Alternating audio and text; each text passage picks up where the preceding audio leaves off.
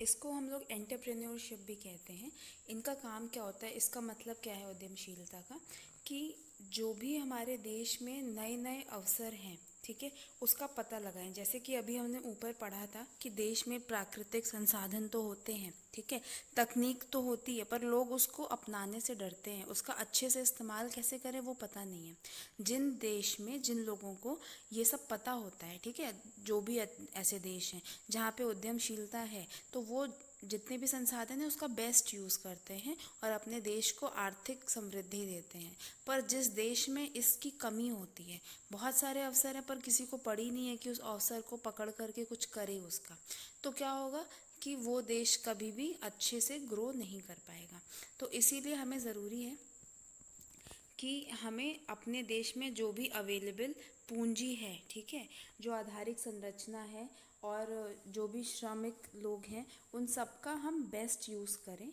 और अपने देश में बिज़नेस, छोटे छोटे जो बिज़नेस आजकल आपने देखा होगा कि स्टार्टअप्स को बहुत बढ़ावा मिल रहा है, वो लोग यही काम कर रहे हैं और वो करना भी चाहिए देश की तरक्की के लिए। कि जो भी ऐसे अवसर है, अब सरकार की तो ये जिम्मेदारी है नहीं कि वो सबको रोज़गार देती रहे, तो अब क्या है कि हमें भी अपनी तरफ से जिम्मेदारी उठानी पड़ेगी। और अगर हमें कहीं पर बिजनेस की अपॉर्चुनिटी दिख रही है कि ये सब चीज़ें तो हैं, इसको हम लोग इकट्ठा करके अगर अच्छे से मैनेज करें तो हम इसमें कुछ प्रॉफिट बना सकते हैं, इसमें कुछ हम बिजनेस बना सकते हैं, तो वो चीज़ हमें करनी चाहिए। और इसी प्रोसेस को, प्रक्रिया को उद्यमशीलता कहते हैं। जो अल्प विकसित देश होते हैं, अल्प विकसित मतलब कि जो कम विकसित देश हैं, वहाँ पर पूंजी की कमी, आधारिक संरचना, अकुशल श्रमिक, प्राकृतिक संसाधन की कमी ही सिर्फ कारण नहीं है, लेकिन वहाँ पर उद्यमशीलता भी नहीं है, ठीक है। अगर ये सब थोड़ा कम भी है, लोगों के अंदर उद्यमशीलता है, तो वो कम अच्छे संसाधन से भी बिजनेस बना सकते हैं। पर उद्यमशीलता नहीं है तो सब धरा का धरा रह जाएगा, आप कुछ नहीं कर पाएंगे। इसीलिए अगर किसी देश को विकास करना है तो उसे चाहिए कि वो देश में उद्यमशीलता को बढ़ावा दे, ठीक है, और ऐसा वातावरण बनाए जहाँ पर लोग ज़्यादा से ज़्यादा आगे बढ़ के बिजनेस कर सके। सरकार अगर कोई करना चाह रहा है तो ऐसी पॉलिसीज़ बनाए कि उसको आसानी से उसका सारा काम होता चला जाए। ये कल्चर, इस तरीके की व्यवस्था अमेरिका में है, इसीलिए वहाँ पर एंटरप्रेन्योरशिप ज़्यादा अच्छी दिखाई देती है। बाकी देश भी अब धीमे धीमे कोशिश कर रहे हैं। अब हम आते हैं मानव संसाधन विकास पे। इसमें जो लोग हैं, ठीक है, वो उनकी क्वालिटी कैसी है। अगर वो लोग जो हैं उनकी गुणवत्ता अच्छी है तो हम लोग का देश जो है वो आर्थिक रूप से समृद्ध बनेगा, ठीक है, मतलब ग्रोथ बहुत अच्छी होगी। अगर लोगों की क्वालिटी अच्छी नहीं है तो फिर ऐसा होना मुश्किल है। क्वालिटी अच्छी मतलब क्या आप देख रहे हैं हम उनमें, हम देख रहे हैं कि उनमें जो एजुकेशन है, ठीक है, उनकी एजुकेशन अच्छी होनी चाहिए, हेल्थ की उनको फैसिलिटी होनी चाहिए, उनकी हेल्थ अच्छी होनी चाहिए, और भी समाज जिस तरीके से बनाया गया है, हर किसी को ये सुविधा होनी चाहिए कि वो खुल करके जो काम करना चाहता है वो कर पाए, किसी तरीके की बंदिश ना हो, सामाजिक जो संरचना है वो भी अच्छी हो, हेल्दी हो। तो इस तरीके का माहौल जब रहता है तो कहते हैं कि जो मानव संसाधन है वो बहुत, उसकी गुणवत्ता अच्छी है, अच्छी क्वालिटी है। और ऐसे लोग जब जिस देश में रहते हैं और जो काम करते हैं तो वो अच्छा रिजल्ट देते हैं, उनका प्रोडक्शन अच्छा होता है और देश की आर्थिक समृद्धि तेज़ी से बढ़ती है, ठीक है। तो इसको एक बार फिर से सम अप कर देते हैं। मानव संसाधन विकास ये इस चीज़ पे निर्भर करता है कि जो देश के लोग हैं वो कितने पढ़े लिखे हैं, कितनी उनका हेल्थ अच्छा है, और समाज कितना उन्हें बढ़ावा देता है। अगर ये तीनों चीज़ें अच्छी रहेंगी तो इंसान जो है वो अपना काम अच्छे तरीके से करेगा और उत्पादन जो है वो बढ़ेगा देश का। अगला है जनसंख्या वृद्धि। अब जनसंख्या मतलब इस देश में कितने लोग रह रहे हैं उनकी गिनती, ठीक है, तो वो सारे लोग जो हैं वो जनसंख्या होती है। अब अगर किसी देश में हमें कुछ भी आर्थिक गतिविधि करनी है तो हमें लोग चाहिए, श्रम चाहिए जो काम करेंगे, लेबर चाहिए, है ना। तो वो कहाँ से आएगा, वो लोगों से ही आएगा। तो जनसंख्या ज़्यादा है मतलब लेबर फोर्स ज़्यादा है, श्रम करने वाले लोग ज़्यादा हैं, तो वो ज़्यादा उत्पादन करेंगे। और जब उत्पादन ज़्यादा करेंगे तो क्योंकि देश में लोग ज़्यादा हैं तो जो बाज़ार है हमारा वो बिक भी जाएगा, ठीक है। तो इस तरीके से लोग ज़्यादा हैं तो काम ज़्यादा हो रहा है, सामान ज़्यादा हो रहा है और ख़रीद भी लोग ज़्यादा रहे हैं। तो ये एक संतुलन बना हुआ है, सब कुछ बैलेंस हो रहा है। लेकिन पर अगर ये जो बैलेंस है वो टूट जाए, मतलब जनसंख्या में वृद्धि जो है वो एक ऐसे स्तर पे होनी चाहिए, एक ऐसे दर से होनी चाहिए कि वो धीमे धीमे धीमे धीमे बढ़े, ठीक है। ऐसा ना हो जाए कि इतनी अचानक से इतनी तेज़ बढ़ जाए कि मतलब हम लोग संभाल ना पाए, ठीक है। हमारी जो आर्थिक स्थिति है वो संभाल ना पाए कि उतने सारे लोगों को, क्योंकि पैदा होते ही तो कोई काम करने नहीं लग जाता है। जब इंसान कोई बच्चा पैदा होता है तो शुरुआत में तो वो आश्रित होता है ना। तो वो समय जो पूरा 15-20 साल का समय निकलेगा उसमें ऐसा ना हो कि अचानक से अगर तेज़ी आ जाएगी तो उतने सारे आश्रित लोगों का पेट भरने के लिए हम लोग की जो व्यवस्था है वो ढीली पड़ जाएगी। इसलिए ये जो जनसंख्या का जो वो दर है वो धीमे धीमे धीमे ही बढ़ना चाहिए। तभी जो देश के बाज़ार हैं वो जो उत्पादन करेंगे वो उसको एब्जॉर्ब कर पाएंगे, मतलब खरीद पाएंगे उत्पादन को। लेकिन पर अब जैसे किसी देश में जनसंख्या बहुत कम है, ठीक है, वहाँ पे तो अच्छी बात है कि जनसंख्या कम है तो लोग कम है, काम करने वाला कोई नहीं, तो फिर उनके वहाँ पे उत्पादन कम हो रहा होगा। और उत्पादन कम हो रहा है तो फिर सकल घरेलू उत्पाद और राष्ट्रीय आय ये सब कम हो रही होगी, तो उनकी आर्थिक समृद्धि जो है वो रुक जाएगी। लेकिन जिस देश में ये समृद्धि जो मतलब जो जनसंख्या है वो ऑलरेडी बहुत हाई है, वहाँ पर और जनसंख्या लाने की ज़रूरत नहीं है। जैसे हमारा भारत देश, यहाँ पर पहले से ही जनसंख्या बहुत ज़्यादा है, तो इस देश में हम लोग नहीं चाहते हैं कि जनसंख्या बढ़े। पर कुछ ऐसे देश हैं जहाँ पर अल्प जनसंख्या है, कम जनसंख्या है, वहाँ पर अगर और लोग बढ़ जाएंगे तो उस देश की आर्थिक समृद्धि में फ़ायदा होगा, ठीक है। तो यहाँ पे हमने ये सीखा कि संतुलन होना चाहिए जनसंख्या में, कि बढ़ो लेकिन धीमे धीमे बढ़ो, अचानक से मत बढ़ जाओ या एक सीमा के पार मत बढ़ जाओ, नहीं तो फिर देश को संभालना मुश्किल हो जाएगा। अगर आप लोग को जो भी मैं पढ़ाती हूँ इसमें से कोई भी एक टॉपिक बीच का नहीं समझ में आ रहा है, क्योंकि कुछ चीज़ें मुझे लगती हैं कि शायद आपको पता होंगी तो मैं उतना डिटेल से नहीं बताती हूँ, तो अगर ऐसा कभी हो रहा है तो आप लोग प्लीज़ कमेंट में लिखिएगा। मैं बस उस टॉपिक का या तो कमेंट में ही आंसर कर दूँगी या तो छोटा सा वीडियो अलग बना दूँगी।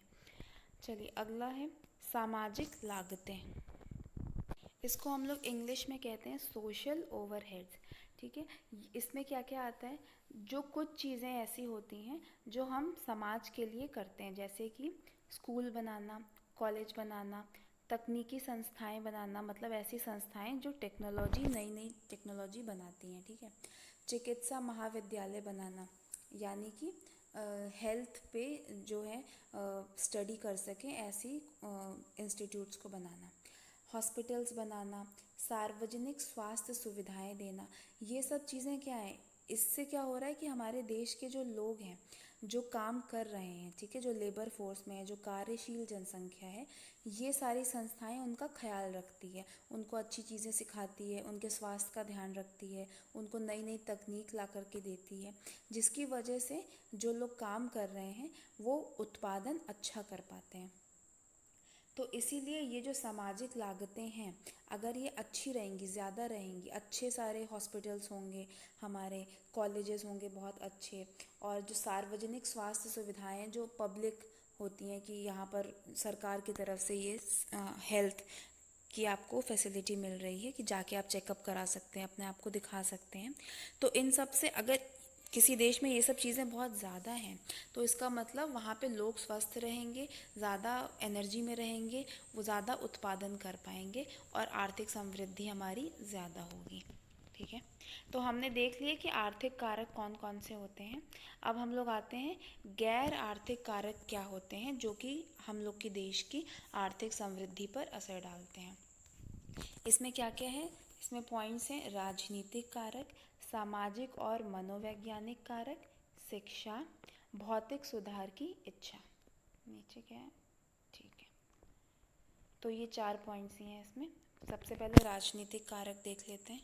अगर किसी देश में जो राजनीतिक स्थिरता है, ठीक है, मतलब जो पॉलिटिकल सिस्टम है, जो जिस तरीके से सरकार चल रही है, अगर वो स्थिर है, उसमें बहुत ज़्यादा टेंशन नहीं है, बहुत ज़्यादा ऐसा नहीं है कि आए दिन कोई ना कोई इस्तीफ़ा दे दे रहा है या लोग धरने पे बैठे हुए हैं काम छोड़ करके कि ये नेता ने ख़राब काम किया, और जो प्रशासन है, जो मैनेजमेंट कर रहा है, ठीक है, जो एडमिनिस्ट्रेशन जिसको हम कहते हैं, वो अगर सही से काम कर रहा है, मजबूत है, ठीक है, तो हम लोग की जो आर्थिक समृद्धि है वो और अच्छे से होगी, ठीक है।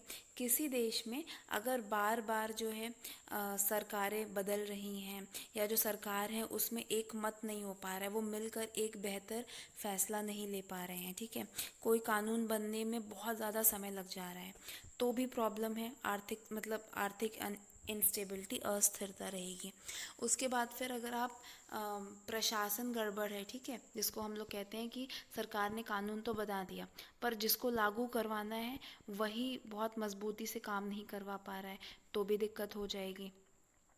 अगर उसके बाद फिर बहुत ज़्यादा मान लीजिए कि कोई बिजनेस करना चाहता है, ठीक है, कोई उद्यमशीलता के तहत कोई अपना छोटा सा बिजनेस शुरू करना चाहता है, लेकिन उसको बार बार बहुत ज़्यादा रिश्वत देनी पड़ रही है, उसके पेपर वर्क नहीं हो पा रहा है, तो वो वहाँ पर हम लोग वो इंसान अगर उसको सरकार की तरफ से और प्रशासन की तरफ से अगर सब कुछ सही से मिलता, तो हो सकता है वो बिजनेस करके देश को कुछ फ़ायदा दे रहा होता। पर क्योंकि इतनी अड़चनें, इसी चक्कर में बहुत लोग कोई काम शुरू नहीं कर पाते हैं, और जो शुरू भी करते हैं उनको बहुत दिक्कत हो रही होती है।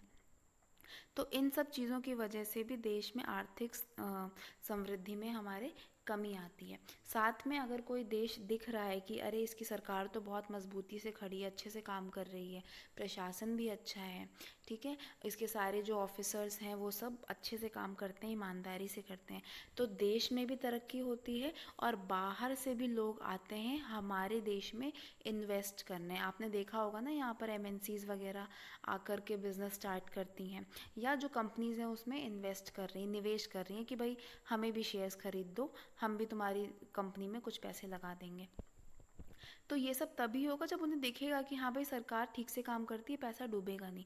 जहाँ सरकार बार बार मतलब बदल रही है या फैसले नहीं ले पा रही है, वहाँ पर कई बार क्या होता है कि बहुत सारे बिजनेस जो हैं उनका पैसा लटक जाता है, या वो सक्सेसफुल नहीं हो पाते हैं, ठीक है, या उनका काम देर से हो रहा होता है, तो लोगों का पैसा खराब होने के चांसेस ज़्यादा हो जाते हैं, और इस वजह से भी लोग कोई नया काम शुरू नहीं करते हैं।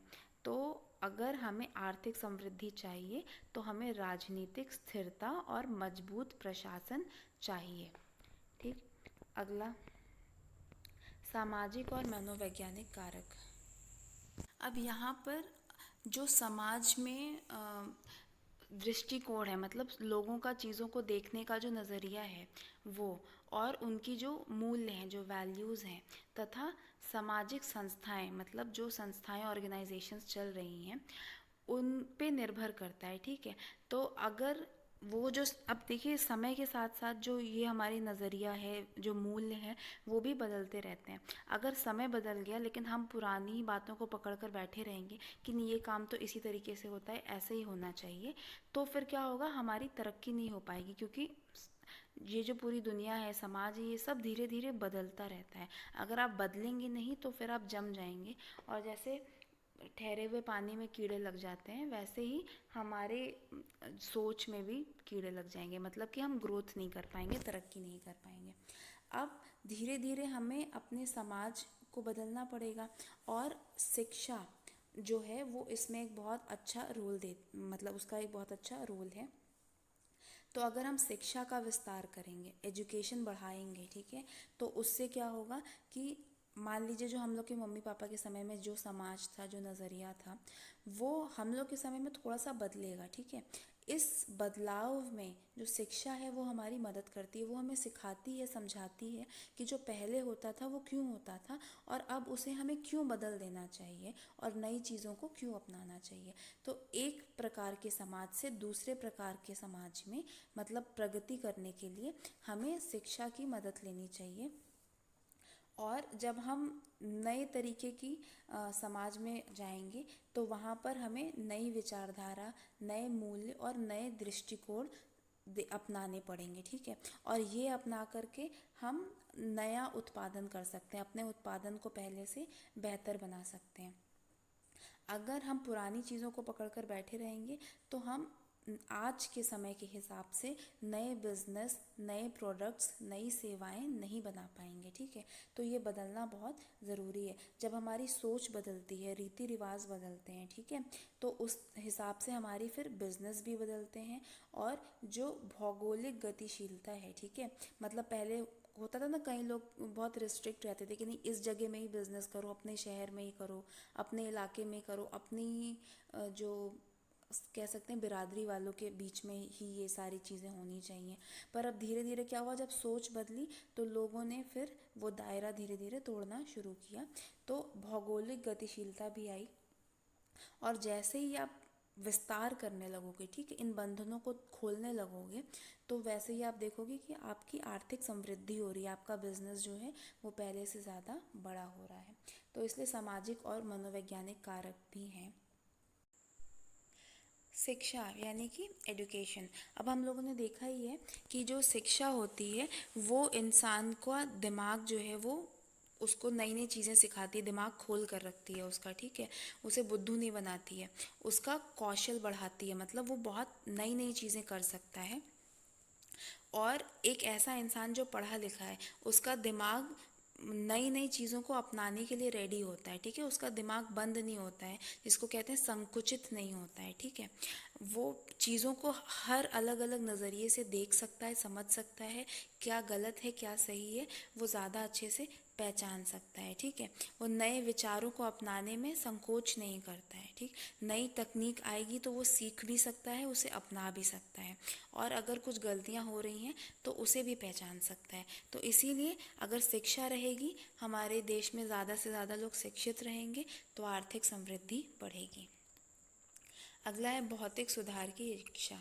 ये जो लास्ट पॉइंट है इसमें ये बताया गया है कि लोगों में भौतिक सुधार की इच्छा होनी चाहिए। भौतिक मतलब होता है फिजिकल, कोई भी ऐसी चीज़ जो हम देख सकते हैं, छू सकते हैं, ठीक है। तो अब अगर कई लोग ऐसे होते हैं जो कहते हैं कि नहीं जो है जितना है हम तो उसी में खुश रहेंगे और भगवान ने जो दे दिया बस वही ठीक है। जैसे कि स्व संतुष्टि, स्व स्वीकार और भाग्य के भरोसे बैठे रहते हैं कि ठीक है भाग्य में जो लिखा है वो मिल ही जाएगा, ज़्यादा कुछ मेहनत करने की ज़रूरत नहीं है। तो अगर ऐसी विचारधारा है तो यहाँ पर इकोनॉमिक ग्रोथ होने की, आर्थिक समृद्धि होने की चांसेस बहुत कम है, क्योंकि कोई लोग मेहनत ही नहीं करेंगे, क्योंकि उनको कुछ नया बनाना ही नहीं है, जो मिल गया वही उनको ठीक लग रहा है, ठीक है। तो इस तरीके से आर्थिक विकास नहीं हो सकता है। तो लोगों में इच्छा होनी चाहिए कि उनके पास जो वेल्थ है, जिसको कहते हैं कि मटेरियल, ठीक है, भौतिक सुविधाएं हैं, उसमें बढ़त हो, तभी वो आर्थिक समृद्धि कर पाएंगे। तो ये लास्ट पॉइंट था। अब अल्प विकसित देशों की सामान्य विशेषताएं। अल्प विकसित देश मतलब होता है ऐसे देश जो अंडर डेवलप्ड हैं, ठीक है, मतलब वो विकसित नहीं है पूरी तरीके से, वो कम विकसित है। अल्प मतलब होता है कम विकसित है। तो उनकी कुछ सामान्य विशेषताएं, मतलब जितने भी देश कम विकसित हैं उनमें ये सारी विशेषताएं आपको दिखेंगी, ठीक है। पहले मैं एक एक करके पढ़ लेते हैं पॉइंट सारे, फिर समझेंगे। प्रति व्यक्ति निम्न आय, निर्वाह का निम्न स्तर, जनसंख्या में तीव्र दर से वृद्धि, आय का बहुत अधिक असमान वितरण, आम जनता की व्यापक निर्धनता, उत्पादकता का नीचा स्तर, पूंजी निर्माण की नीची दर, तकनीकी पिछड़ापन, बेरोजगारी का ऊंचा स्तर, विकास के सामाजिक निर्देशकों का नीचा स्तर। ओके, आई गेस अब ये ख़त्म हो गया है, ठीक है। अब हम इसको एक एक पॉइंट करके समझते हैं। प्रति व्यक्ति निम्न आय, ठीक है। प्रति व्यक्ति आय क्या होती है ये हम लोग पढ़ चुके हैं पहले भी। प्लीज़ चैप्टर 1 चैप्टर 2 आप देखेंगे तो समझ में आ जाएगा कि हर इंसान, अगर औसत देखा जाए तो देश में हर इंसान कितना पैसा कमा रहा है, वो पैसा बड़ा कम होगा, ठीक है। अगर देश आपका अल्प विकसित है, अंडर डेवलप्ड है, तो सबके पास बहुत कम पैसे होंगे अपना जीवन गुजारने के लिए। उसके बाद फिर निर्वाह का निम्न स्तर, यानी कि पुअर लेवल ऑफ लिविंग, मतलब जो जिस तरीके से वो जीवन जी रहे होंगे उसका जो स्तर होगा वो बड़ा नीचा होगा। ठीक है, ज़्यादातर लोगों में क्या होगा, निर्धनता, कुपोषण, बीमारी, अशिक्षा। ठीक है, ये सब लोगों में फैला होगा, ज़्यादा लोगों में ये चीज़ें होंगी। ठीक है, और निर्धनता जो होती है यानी गरीबी जो होती है वो उसका मतलब क्या होता है, उसका मतलब ये होता है कि आप अपनी जो मूल आवश्यकताएं हैं जो एकदम ज़रूरी है जीवन जीने के लिए, जैसे कि भोजन, वस्त्र, मकान, ये सब भी नहीं मिल पा रहा है लोगों को। ऐसा होता है जब आपका देश अल्प विकसित है। उसके बाद जनसंख्या में तीव्र दर से वृद्धि हो रही होगी। ठीक है, तो जनसंख्या बहुत तेज़ी से बढ़ रही होगी। हमने ऊपर देखा भी था कि जनसंख्या में एक संतुलन बना होना चाहिए। अचानक से बहुत तेज़ राइज हो जाएगा तो जितने बच्चे पैदा हुए वो तुरंत तो काम करने लगेंगे नहीं। तो कुछ सालों के लिए देश में जो आश्रित वर्ग है, जो डिपेंडेंट है, मतलब जो खुद कुछ नहीं कर सकता, वो चाहता है कि हमें कमाओ और कोई और खिलाए हमें, जैसे कि छोटे बच्चे होते हैं या बूढ़े होते हैं। तो उस देश में फिर क्या होगा कि जो बैलेंस है, जो संतुलन है, वो बिगड़ जाएगा और वहाँ पे आर्थिक समृद्धि नहीं हो पाएगी।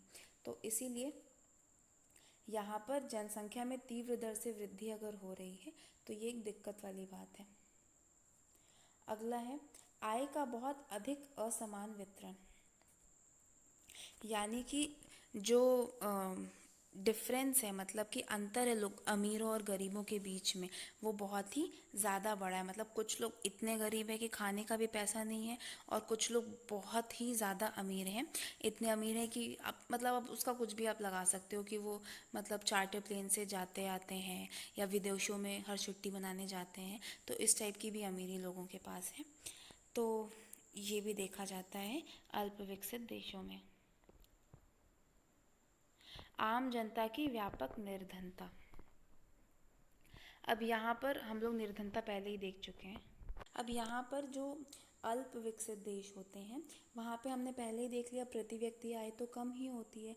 साथ में ही क्या होता है कि जो वितरण है, जो जो भी पैसा राष्ट्रीय आय है देश में, वो भी मतलब बहुत असमानता से बटी हुई है। कोई बहुत ज़्यादा गरीब है और कोई बहुत ज़्यादा अमीर है। तो ये दोनों चीज़ें मिल करके जो आम जनता होती है उसको गरीब बनाती चली जाती है। उत्पादकता का नीचा स्तर होता है। ठीक है, यानी कि जो प्रति व्यक्ति उत्पाद है, प्रति व्यक्ति उत्पाद मतलब कि जितना भी देश में प्रोडक्शन हुआ, सकल घरेलू उत्पाद हुआ, उस वो अगर आप बांटने बैठो कि हर इंसान को हम इतना इतना हिस्सा देंगे तो वो हर इंसान के हिस्से में बहुत ही कम आएगा। ठीक है, अब इसके कारण क्या होते हैं, इसके कारण है देखिए 1 2 3 करके दिया हुआ है। अकुशल श्रम शक्ति जो स्वयं निर्भरता का परिणाम है। खराब स्वास्थ्य और शिक्षा का अभाव। अकुशल मतलब ऐसी श्रम शक्ति, लोग तो हैं कि काम करने वाली उम्र में भी हैं, पर क्योंकि हमेशा गरीब रहे, कभी स्कूल नहीं गए, कुछ आता ही नहीं है, तो नौकरी पे बुला लेंगे तो भी कुछ कर नहीं पाएंगे। ठीक है, तो वो अकुशल है, उन्हें कुछ आता नहीं है, कोई कौशल नहीं है उनके पास, तो इस वजह से उत्पादन कम हो रहा है। निम्न कार्य सभ्यता। ठीक है, निम्न कार्य सभ्यता मतलब लोगों को जो काम करने का तरीका है, ठीक है, वर्क कल्चर कैसा रखना चाहिए वो लोगों को नहीं पता है। मतलब ऑफिस ऑर्गेनाइज करना पड़ता है ना, ठीक है, कि इस तरीके से ऑर्गेनाइज हो कि लोगों को काम करने में आसानी हो, वो सुगमता से आसानी से अपना काम करें, पर वर्क कल्चर भी यहाँ पर अच्छा नहीं होता है। मशीनों और उपकरणों के रूप में पूंजी का कम प्रयोग। ठीक है, और वहाँ पर जो मशीन्स हैं और जो भी उपकरण हैं उनका कम इस्तेमाल हो रहा है। तो कम इस्तेमाल हो रहा है क्योंकि देश गरीब है, उतनी मशीन्स नहीं है, तो फिर इस वजह से भी यहाँ पर उत्पादन कम होता है।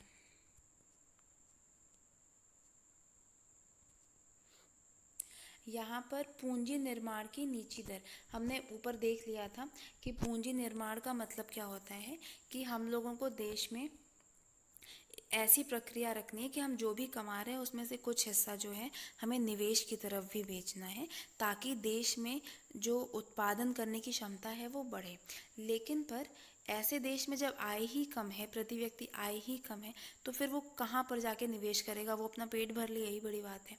तो फिर ऐसे देशों में जब पूंजी निर्माण नहीं हो पाता है तो फिर वो आगे चल के फिर आर्थिक समृद्धि भी नहीं होगी, विकास भी नहीं होगा और गरीबी जो है वो बनी रह जाएगी। पूंजी निर्माण मैंने ऊपर समझाया है, मतलब कि आप प्लॉट में, मशीन्स में, नए नए उपकरणों में अपना पैसा निवेश करें।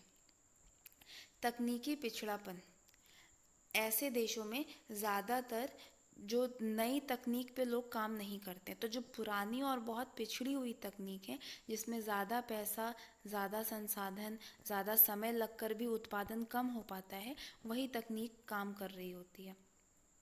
बेरोजगारी का ऊंचा स्तर, यहाँ पर बेरोजगारी बहुत ज़्यादा होती है। कारण हम लोगों ने ऊपर देख ही लिया, निर्धनता होती है, अकुशलता होती है, लोग पढ़े लिखे नहीं होते हैं, तो उनको आता ही नहीं काम करने और इसीलिए उनको रोज़गार भी नहीं मिल पाता है, तो बेरोजगारी बहुत ज़्यादा होती है। विकास के सामाजिक निर्देशकों का नीचा स्तर, ठीक है। अब यहाँ पर जो भी सामाजिक निर्देशक होते हैं, मतलब सोशल इंडिकेटर्स, कुछ ऐसे इंडिकेटर्स या निशानियाँ होती हैं समाज की जिसको हम देख करके समझ सकते हैं कि ये समाज कैसा है, अच्छा है कि नहीं है। तो वो सारी निशानियाँ जो हैं उनका स्तर बहुत नीचा है। वो क्या निशानियाँ हैं? नीची साक्षरता दर, मतलब साक्षरता दर मतलब लोग बहुत कम पढ़े लिखे हैं, नीची है, कम लिटरेसी रेट है। शिशु मृत्यु की ऊंची दर, कोई बच्चा अगर पैदा हो रहा है तो क्या चांसेस है मतलब कि वो सरवाइव करेगा, तो यहाँ पर जो बच्चे पैदा हो रहे होते हैं उसमें से बच्चे बहुत ज़्यादा मर जाते हैं, ठीक है। क्यों मर जाते हैं? क्योंकि हेल्थ फैसिलिटी अच्छी नहीं होती है और वहाँ पर जिस जिस माहौल में वो बच्चे पैदा किए जाते हैं वो इतने अनहेल्दी होते हैं कि बच्चा पैदा होने के बाद या कुछ तो अपनी हेल्थ कंडीशन की वजह से और कुछ इन्फेक्शन की वजह से उनका जो मरने का दर है वो बहुत ज़्यादा होता है। कम प्रत्याशा, मतलब कि ये लिखा हुआ है जीवन की कम प्रत्याशा, इसका मतलब होता है कि जो लाइफ एक्सपेक्टेंसी है, मतलब कि कोई इंसान कितनी उम्र तक ज़िंदा रहेगा, वो जो प्रत्याशा है वो बहुत कम है, मतलब कि लोग बहुत कम उम्र में ही मर जा रहे हैं, ठीक है। ज़्यादा लंबी आयु नहीं हो पा रही है, क्यों? क्योंकि हेल्थ फैसिलिटीज़ नहीं है और अगर छोटी मोटी भी बीमारी लग जा रही है या इन्फेक्शन हो जा रहा है तो इसका इलाज करवाने में लोग सक्षम नहीं हैं और इस वजह से मृत्यु जल्दी हो जाती है, ठीक है।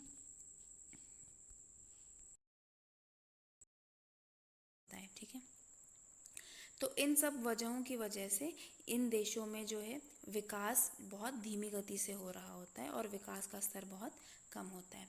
तो ये चैप्टर मैंने पढ़ा लिया है, कोई प्रॉब्लम होगी अगर आपको तो आप प्लीज़ मुझसे शेयर करिएगा और मैं समझा रही हूँ, प्लस आप लोग इसको खुद से भी रीडिंग करिए। नहीं भी समझ में आ रहा है फिर भी ज़बरदस्ती एक बार रीडिंग करो। पहली बार में कुछ कम समझ में आएगा, 2 बार 3 बार रीडिंग करेंगे तो कुछ ज़्यादा समझ में आएगा, ठीक है। खुद से पढ़कर समझना भी इम्पॉर्टेंट है, तभी एग्ज़ाम में दिमाग में चीज़ें टिकेंगी। तो ये वाला चैप्टर मैंने आज ख़त्म किया है। आपको कुछ भी पूछना हो तो आप प्लीज़ कमेंट सेक्शन में आके पूछ सकते हैं। Thank you and all the best.